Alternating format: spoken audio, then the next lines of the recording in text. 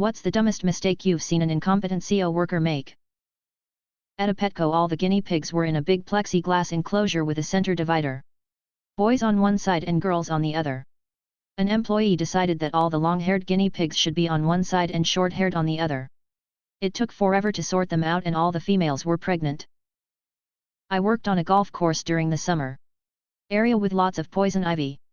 2 of my co-workers were instructed to weed a river edge area. If we encounter poison ivy, we either stop what we are doing or go get full suit protection with respirators. These dumbasses were weed whacking in the thickest poison ivy I had ever seen. No protective suit or glasses or respirator. I roll up and notice what the hell they're doing and point out all the poison ivy everywhere. They were aerosolizing the oil. They both ended up in the hospital on steroid to prevent their death because of the oils they inhaled. Tried to cool down hot oil, in a chute, all ready to be emptied. With a nice big bucket of water I heard Thomas know only to turn around and see a geyser of hot oil shooting towards the ceiling before it hit and splashed down around him. Nobody was hurt some fucking how. Edit, because it has come up, the chute that the oil was in was on wheels and had a wooden handle, it absolutely didn't need to be cooled lol. Not a mistake necessarily, but I once witnessed our chief accounting officer, and our only accountant, it was a small company, type in values into 2 Excel cells, pull out a calculator, add the 2 numbers together in the calculator, and then type the answer in a 3rd cell. She had apparently been doing this for years, with sheets consisting of thousands of rows. I explained how to use formulas and copy them, but she apparently forgot because I saw her doing the same thing again months later.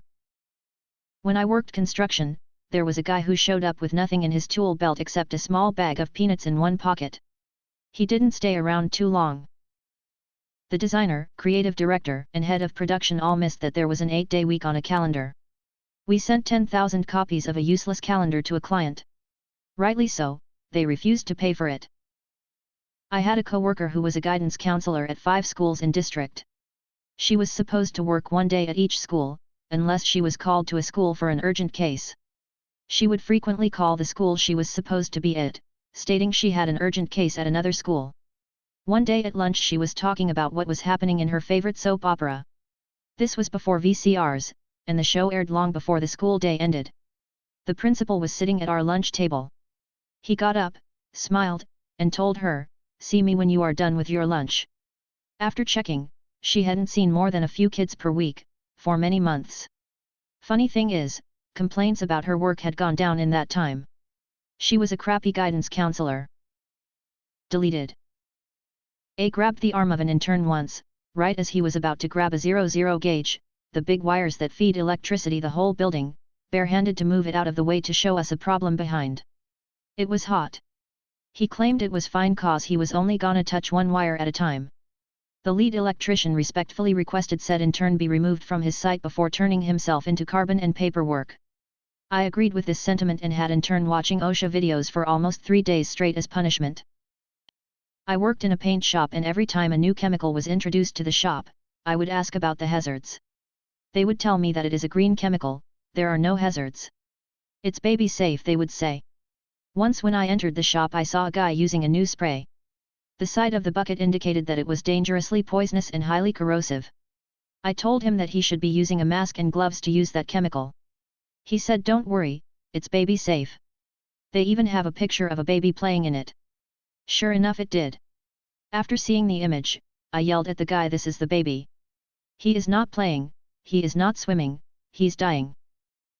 Shut down a critical file server, then lied about it, even after he was presented with the logs that showed it was his user account that initiated the shutdown. It's not so much the mistake that he made, but it was when he lied about making the mistake, that was a rookie move. New guy was dragging 2 8,000-pound rolls of paper through the warehouse. This is against the rules for good reason. Anyway, he drove through a door designed for 1 roll, and drug the top roll through the wall. Edit, no, that isn't a typo. I spoke with a roll grab driver this morning to double check my facts. The rolls in this plant are between 6,000 and 8,000 pounds each. The picture really can't do justice to the scale here. Tried to retrieve his lighter from a deep fat fryer with his hands. Boy was that fun to clean up. When I was in the Navy, this known dumbass and pathological liar was on armed watch with an M14 patrolling the topside decks. Literally all you have to do is walk around for 4 hours with a rifle on your shoulder. This dude came back to the quarterdeck, main entrance to the ship, with no gun. He tried to claim it fell off his shoulder and into the water while tying his shoe. How a rifle would fall off your shoulder, pass through your hands that were tying the shoe, and through all 3 lifelines, like guardrails, is still a mystery. My theory is that he was doing drill team stuff, like tossing it spinning in the air, and lost it that way. Worked in a machine shop. One of the lathe operators left the bar of cold rolled steel he was turning hanging out the back. When he turned the machine on, it literally deformed and turned into a freaking helicopter blade, ripped the back of the machine apart, and eventually flew off at high speed. Luckily no one got hit by it. If so, they'd be dead. What is your kink you wish you didn't have? A fear kink. I get stupid horny when I'm scared.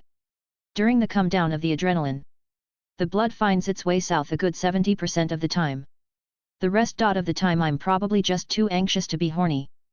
But hey. Now I'm a huge masochist. Which is fun. Thigh highs they came back for a bit and are just gone. Exhibitionism. I mean, it is kind of fun, but can be risky. LOL. Group sex. Definitely not going to happen, but it is so exciting for me. Girls taller than me, the problem for me is that I'm 6 foot. Mind control / being used, consensually, I feel like it's tied to just being a sub, but I love this idea of being told what to do, withholding violence and bathroom shit, pun intended, and being put to use as a pleasure toy. My first relationship was incredibly unhealthy and abusive, so I feel like that has caused me to hate that I still like this. Being used. I don't have a degradation kink, but I do have a use me like a doll kink. 1. I don't know how to have one without the other, and 2. My partner is such a beautifully gentle person, they'd never do such a thing, haha. My fiancé has a breeding kink. It was all fun and games until the positive pregnancy test. I dated a guy once who hated feet but had a sock kink. He couldn't stand looking at feet and he thinks they're disgusting, but socks he loved SM. He always asked for sock pics. He wanted me to rub my socked feet on his face and stomach. He always told me to wear my slides or Crocs when we hung out so he could look at my socks. I love when women wear watches. This is a problem because anytime I see one in public, I get super distracted and turned on. If I'm talking to a woman and she's wearing a watch, I have to control myself so hard to not look at it. Plus it's weird and awkward to explain to anyone. I always get crushes on my superiors. In high school I never had crushes on my teachers but all my club presidents. I guess I like their dominance, but it's annoying. I also love being strangled, but I'm also scared of it. Buttholes. I hate it because, 1, it's less of a kink and more of a full-blown obsession. And 2, because it's so hard having to explain to a date or news so that one of the only ways to make you come is by feeling their asshole like a pornographic Helen Keller. I am both terrified and aroused by nuns. Listen, all I'm asking is for someone to crush my head between their thighs like a watermelon. Edit, thanks for the rewards. Though now 2 of my top comments are about my head between someone's thighs. Might be time to remove the PFPLMAO. Men of Reddit, what are some questions you've always wanted to ask women, but couldn't because it would seem weird? When using bathroom and you see your pad is slightly soiled, does it feel awkward having to put it back against you body? Edit, thank you who all responded. I've learned a lot today.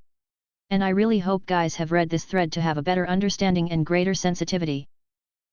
Okay, I go to the gym and see women wear these sports bras that have like 10 straps. While I think that is a cool style, I wonder how they put it on and not get tangled in the straps. What to do when a period stain is showing and you seem oblivious to it? With periods, is it a gush, a small leak, or more of a drip every so often? Do women put deodorant in their boob pits? How uncomfortable is it to wear a tampon? How do you know when you have to change it? Do you get some internal sensation that lets you know when it's time to replace it? Do you time it? How do you know? Do women get the pee shiver?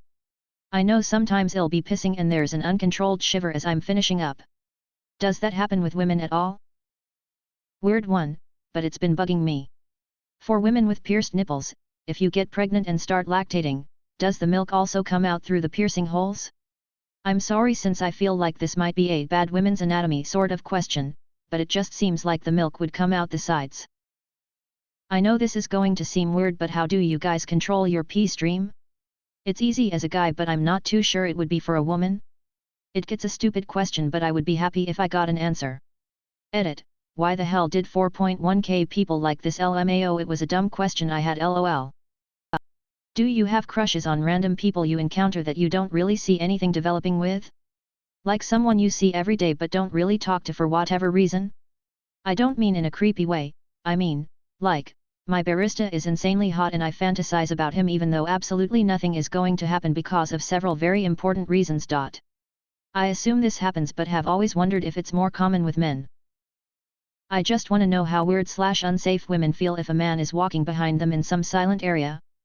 Cause I have internal panic attacks thinking OMG, is the woman ahead of me feeling uncomfortable? I usually just overtake them, but sometimes overtaking might feel like a direct attack from behind, so there's that worry too. What would women prefer men do in such situations? End number X200B. Edit. Got it. I usually just overtake them is a bad idea. Slowing my pace and/or switching sidewalks much better. Got it. Do you randomly get sexually aroused in public for no reason at all like men? And if so, does it die down quickly? This is gonna end up on one of those TikToks with Subway Surfers gameplay. Do women prefer men to be open and direct about their intentions when dating, or is there necessity for nuance, subtle signals, and such? Like for instance, is it better for men when getting to know a woman they are interested in to say, hey, I like you. I'd love to take you out on a date sometime. Versus being nice and kind of playing a game where both parties try to figure out if the other person likes them. Probably not the best wording, but I hope it's clear enough to understand the idea of what I'm asking. Edit. Wow. Thanks for the upvotes, kind strangers. What kind of common behavior makes a guy seem creepy or unattractive?